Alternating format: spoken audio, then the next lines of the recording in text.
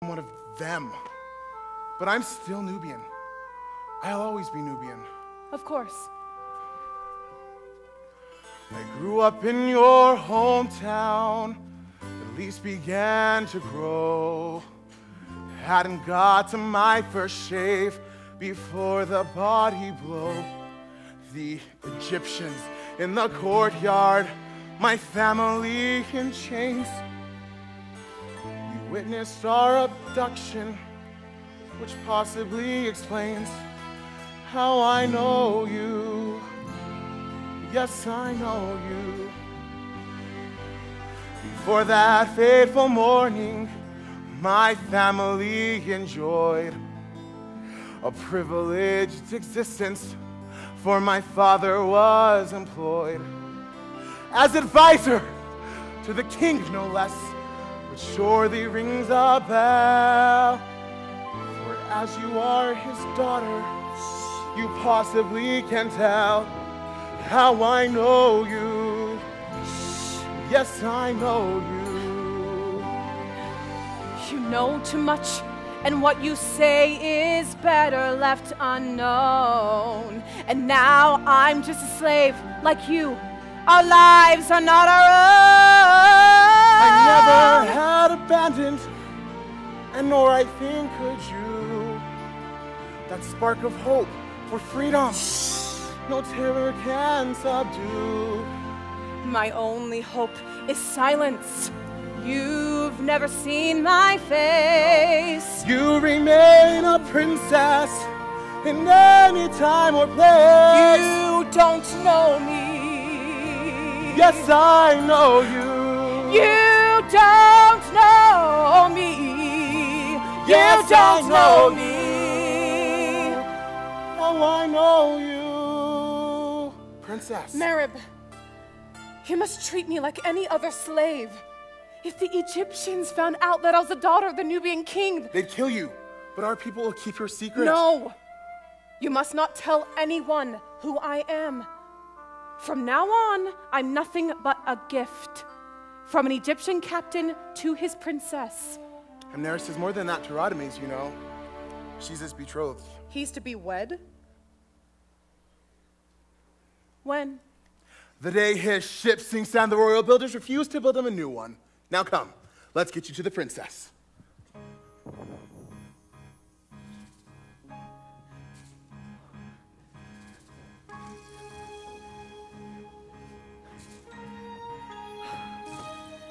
It is such hard work maintaining perfection!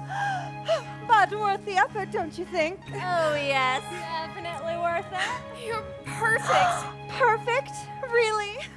Then maybe one of you can tell me why Rhodes, the man destined to be my one and only, is neglecting me. He's been to see my father. I hear he spent time with his father. In fact, he's probably chummed it up with every withered old man in Egypt. But clearly, the thought of visiting a ripe, young princess with fabulous hair leaves him cold. Princess Amneris, first in beauty, wisdom, and accessories. Captain Rhodes has not forgotten you, and he knows that you will be at the feast in all your extravagant finery. But for now, he brings you this gift. Another handmaiden. I don't need another handmaiden. Does this gift have a name? Aida. Did you just speak? My name is Aida, princess, and I thought you might How dare you? You do not lower your eyes. You do not tremble. Are you not afraid of me? Would it please you if I were? Not so much. Then I am doing as you please. Well, that's true.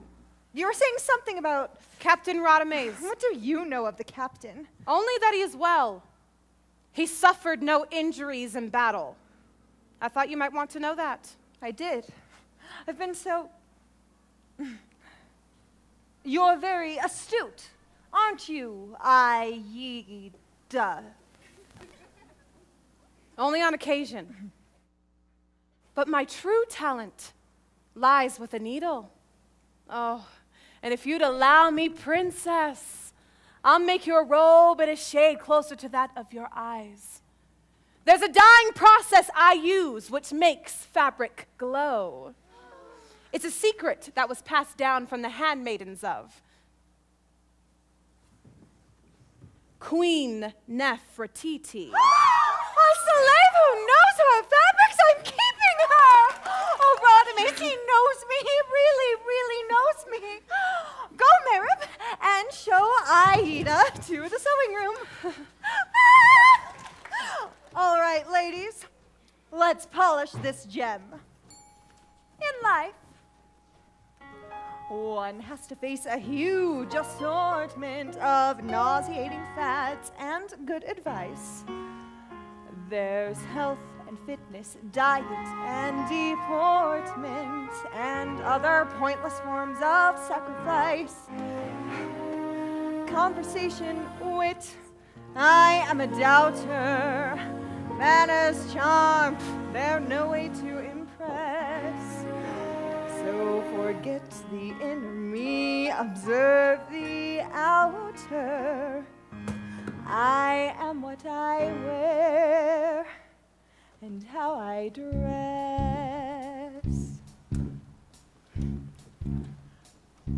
Oh, now I believe in looking like my time on earth is cooking, whether polka dotted, striped, or even checked. With some glamour guaranteeing every fiber of my being is displayed to quite remarkable effect. From your cradle, thy trousseau, to your death and your own view, so never compromised, except no substitute. I would rather wear apparel than conservative apparel, for dress has always been my strongest suit.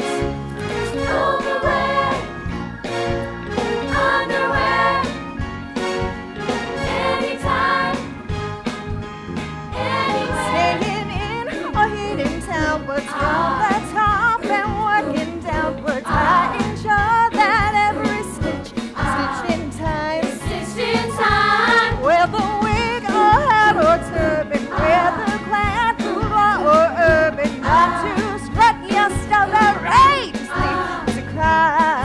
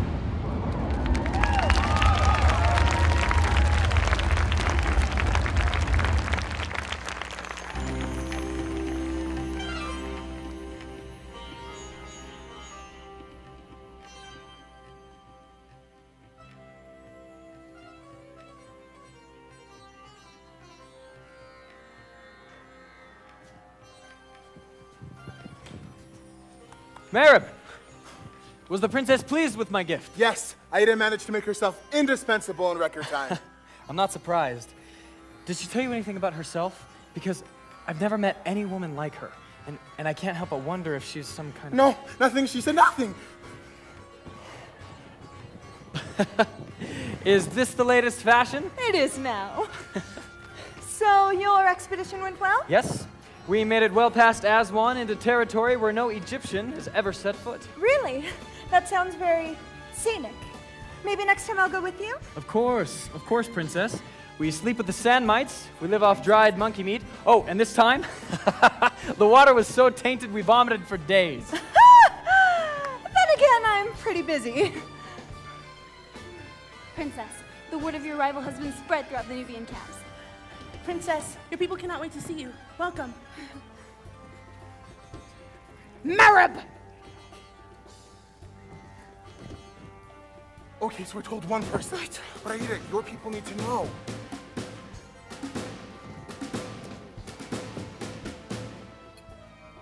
Captain, to a successful expedition. Thanks to the routes that you have discovered, our troops will now be able to attack Nubia with overwhelming force. The gods willing, this long war shall soon end with Egypt's complete and final victory. Hear, hear. Amneris, shall I continue? Whatever you think is best, Father. Radames, you came to me this morning with a request to set out on another journey. But I have a more important mission for you. Although it means you can never leave Egyptian soil again, I believe this will be a joyous assignment. One that I would only trust to a man I have long regarded a member of my own family. It has been my privilege to serve you, Your Majesty. As you all know, the Captain Radames and my daughter have been betrothed for these 9 years now. Long enough, I'd say. I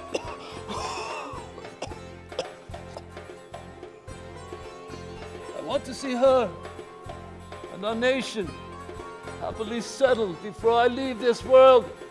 Therefore, in 7 days, Radames, son of Zoza, will wed the princess Amneris. The son of Isis has spoken. Father!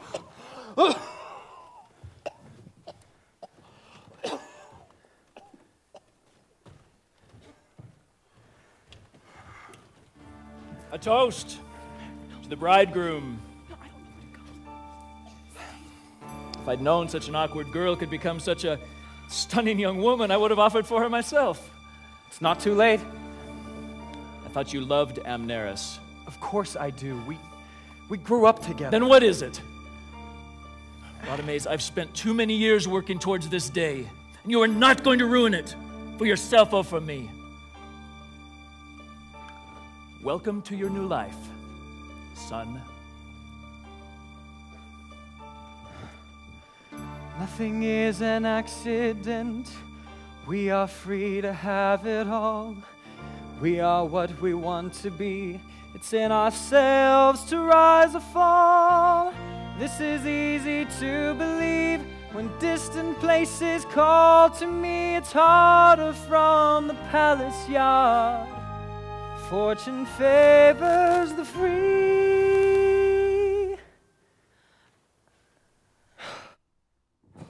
Wait. Stay.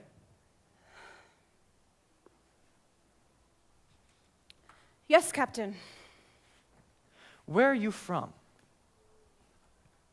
Aida. It's a village near the second cataract. The river's an entirely different color there. No. It's an entirely different color here. Fair enough. My father and I used to spend days sailing the Nile. He let me choose the course.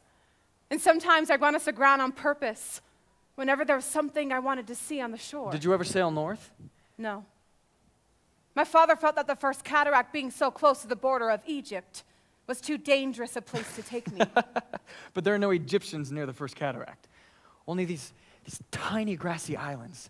And the sunlight there is different. See, in Egypt, it's direct and harsh, but there, it shimmers. It's the most beautiful place I've ever seen. Of course.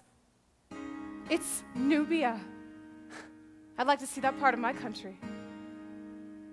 To sail away to half-discovered places, to see the secrets so few eyes have seen, to see moments of enchantment on our faces, the moments when we smile and those between. Are you talking about Nubia now? Yes, in a way.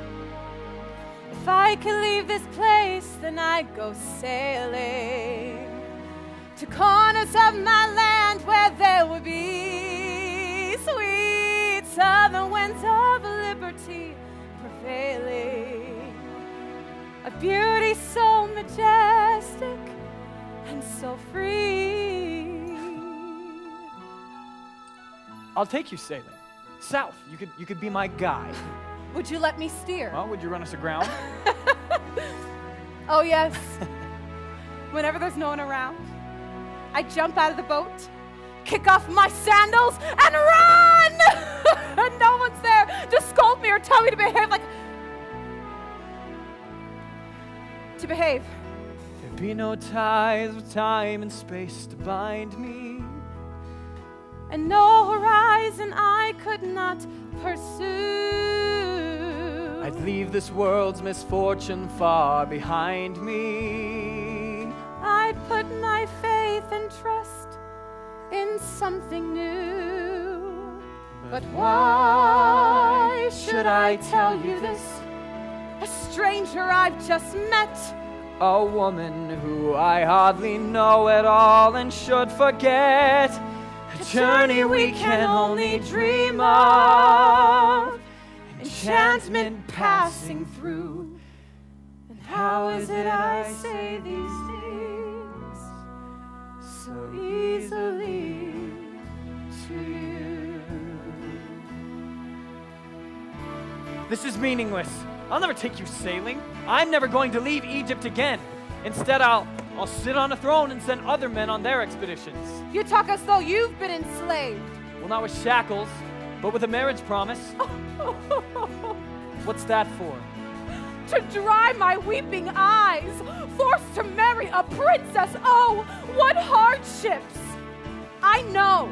You want to go to lands where people have been living for centuries and say that you discovered them, but instead you're being thrusted onto the throne. Oh, it is a great tragedy. You go too far. No, you go too far.